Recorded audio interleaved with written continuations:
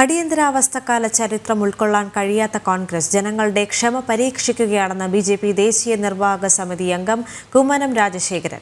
Indian ഭരണഘടന ധ്വംസകരായ കോൺഗ്രസും അതിന് കൂട്ടുപിടിച്ച കമ്മ്യൂണിസ്റ്റ് പാർട്ടിയും ഇന്ന് ഭരണഘടനാ സംരക്ഷകരായി അഭിനയിക്കുന്നത് പരിഹാസ്യമാണെന്ന് അദ്ദേഹം പറഞ്ഞു. ഭാവാത്മക രാഷ്ട്രീയം മുന്നോട്ട് വെച്ച് ജനാധിപത്യം പുഷ്ടിപ്പെടുത്തുന്ന നടപടിയുമായിട്ടാണ് മോദി സർക്കാർ മുന്നോട്ട് പോകുന്നതെന്നും കുമ്മനം പറഞ്ഞു. ബി.ജെ.പി. കോട്ടയം ജില്ലാ കമ്മിറ്റി സംഘടിപ്പിച്ച അടിയന്തരാവസ്ഥ വിരുദ്ധ ദിനത്തിന്റെ ഭാഗമായി സംഘടിപ്പിച്ച ചിന്താ സദസ്സ് ഉദ്ഘാടനം ചെയ്ത് സംസാരിക്കുകയായിരുന്നു അദ്ദേഹം. ഭരണഘടനയുടെ വലിയ സംരക്ഷകരായി ഭരണഘടന കയ്യിൽ ഉയർത്തിപ്പിടിച്ചുകൊണ്ട് ലോക്സഭയിൽ നിൽക്കുന്നതാണ്.